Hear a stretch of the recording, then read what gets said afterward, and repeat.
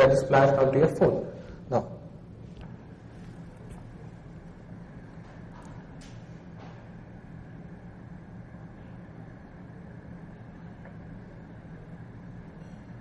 you'll have to install a tool called as JAF. Connect the phone after switching it off using a USB cable to your computer.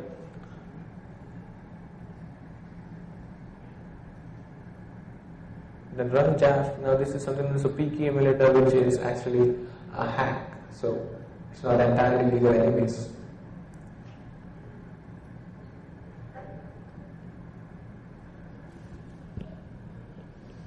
Alright, now that is the actual flashing tool. I'll have to go to the tab named VB5.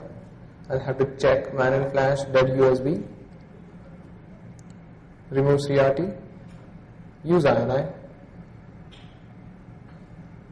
The CRT is not removed, and in the case if flashing is not completed, then your phone will be fully bricked and your INI also fully bricked. Yeah.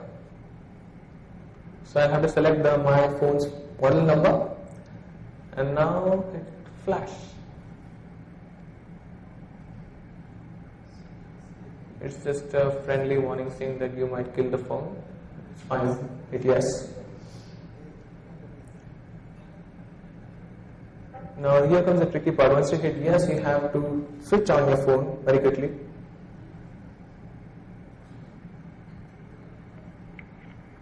I think it's done. So yeah, it's done.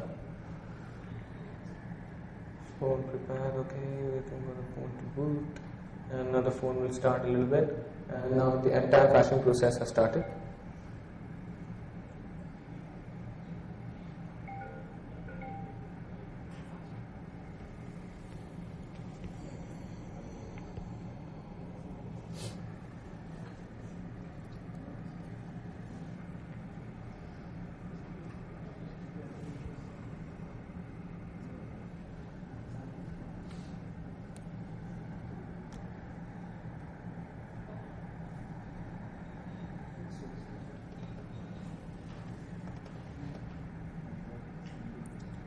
And now it's done. That's it. Now the phone will restart automatically, and it's done. Okay. So this is how you flash a phone. How much time? Yeah. Are these single programs available publicly? You can download them. Okay. Yes. So this is how you flash a phone. Now, how much time will it take to actually flash the phone? 2 minutes at the most. That's it. So my question is, if I have a custom firmware already prepared, okay, and if you give your phone to me for 2 minutes, is it enough for me to install this particular firmware on your phone? Okay, alright. Now let's move on to the next section. This is a demo of my backdoor on the phone. Okay, I'll explain how my backdoor actually works. Now, it is something that is made to start on each boot inside my firmware. So every time I turn on my phone, the backdoor is auto-started, and then the moment it starts, it will turn on the GPRS connection, it will connect to the internet, and it will post its IP address, that particular unique IP address, onto this particular location on my free hosting website, aodrules.110mb.com/bots.txt. Okay. So that I can simply use that IP address and turn it into the device. Now, here I'll have to start it. Okay.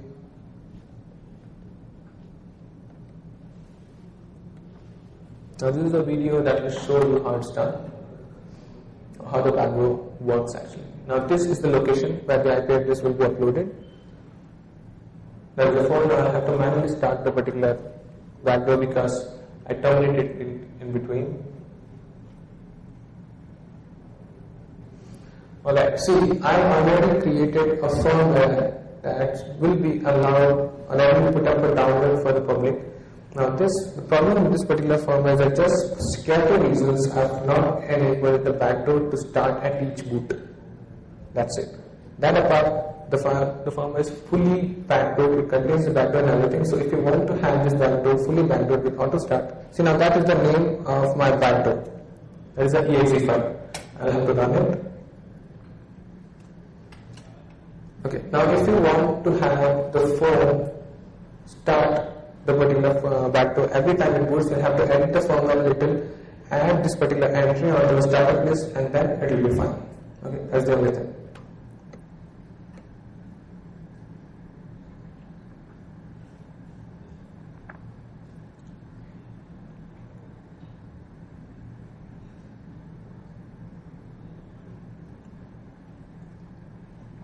Alright, and that's it. You can see an edge coming up. Right? Now the background is fully running on my phone, and let's see if the IP address has been uploaded. The last one is 171. I'll just refresh the page and see.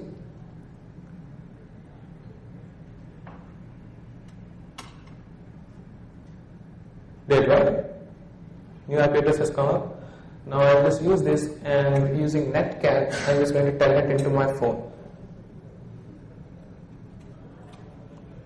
I'll start command prompt. I'm using netcat. That's the IP address I just got. I'll have to enter the port number, which is 5530. That's the prompt that I get on my phone. Okay, if I type help, these are the commands that I have at my disposal. Visible? Visible? First one is call. I can make phone calls. I can dump logs. I can dump inbox. I can run any exe that I want on the phone. wget is to download files from the internet onto the phone. Upload is to upload files from the phone onto the internet, and so on. Now I'll just give you a quick demo of how it works.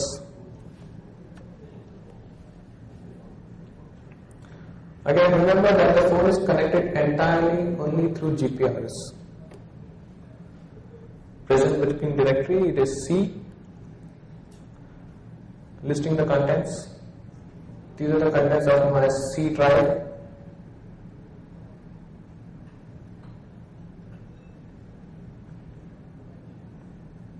I'm going to system directory, which means that ROM capture has been enabled.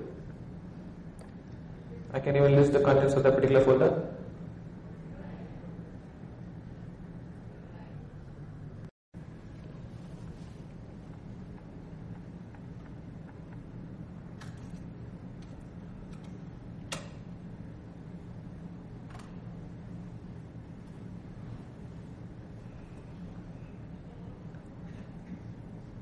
Alright, I made an error there. I'm supposed to even enter the file name into which I want it to be dumped.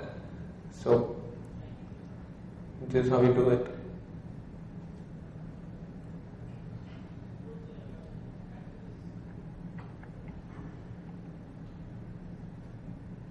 I'm just dumping the entire content into a.txt file. Done. Downloaded from the internet. File is present. Now let's check it on the phone itself.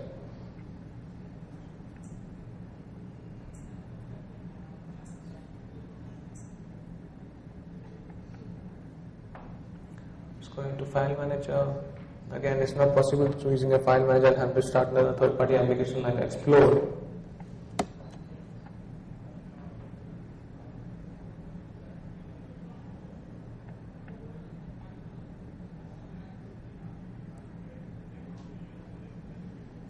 That's my C drive. System folder. AODBs exists, right? Going into that. A.txt also exists. Fine. The file has been downloaded intact.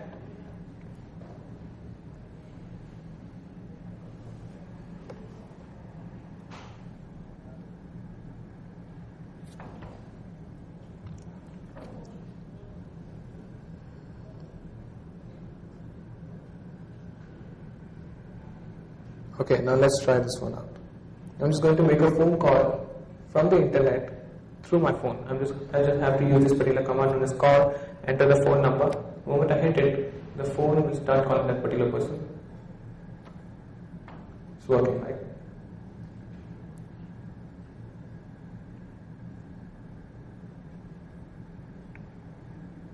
I can make phone calls, I can send SMSs, I can download applications I can download files on the phone, I can upload files on the phone. I can even click pictures from the camera without any notifications. Now here, I'll just show you how it is done. I'm using the command known as pic, and inside my memory card, malcon.jpg is the file name into which I want to save the screenshot or the picture as. Now that is my phone's screen. You can see there are no notifications on the phone at all, and the command has been executed completely. Now let's check if the phone has actually clicked the picture or not. I have to go into File Manager, Memory Card.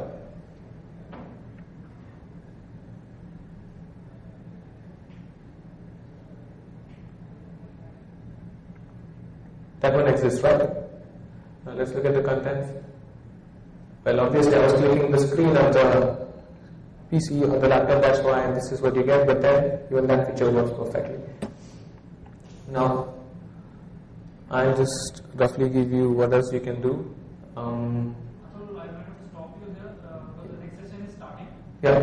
So we'll be breaking for coffee right now. Yeah, sure. In the coffee break, kindly collect your certificate of participation for STARPAC and the CPE credit certificate. After the coffee, exactly at 5 we'll be starting the 2 parallel sessions. One will be by our over Stuxnet in this room, and the parallel one will be web application testing by Sam. Okay, quickly. Any questions? Yeah. But I've seen that you are running Linux commands. Yeah. So are these kind of commands embedded in the Cinnamon firmware, or you are using something like UI/UX? I had to create the entire commands right from scratch using Python. So UI/UX, what are you using? Pardon? What are you using? PyUnix? Yeah. Yeah. Yeah. Videos. Technically, it is even possible to record video, but then that is a feature that I haven't implemented in my current backdoor. Okay, so say you're recording a video remotely, and the user is user data exchange scan. Pardon? You're remotely recording a video. Okay. And at that time, the user starts scanning and tries to take a picture. Yeah. Will both happen? Will he get an error? Or He might get an error because the camera is already in use. Okay, and besides, my backdoor is one of the most privileged on the system, so obviously the default camera won't be allowed to access the camera at that particular time. Yeah.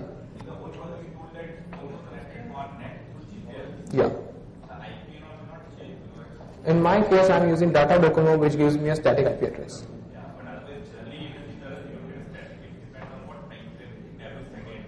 Yes, but this is just a proof of concept. So have you uploaded this POC somewhere? It will be uploaded within a week's time on our official website, malcon.org.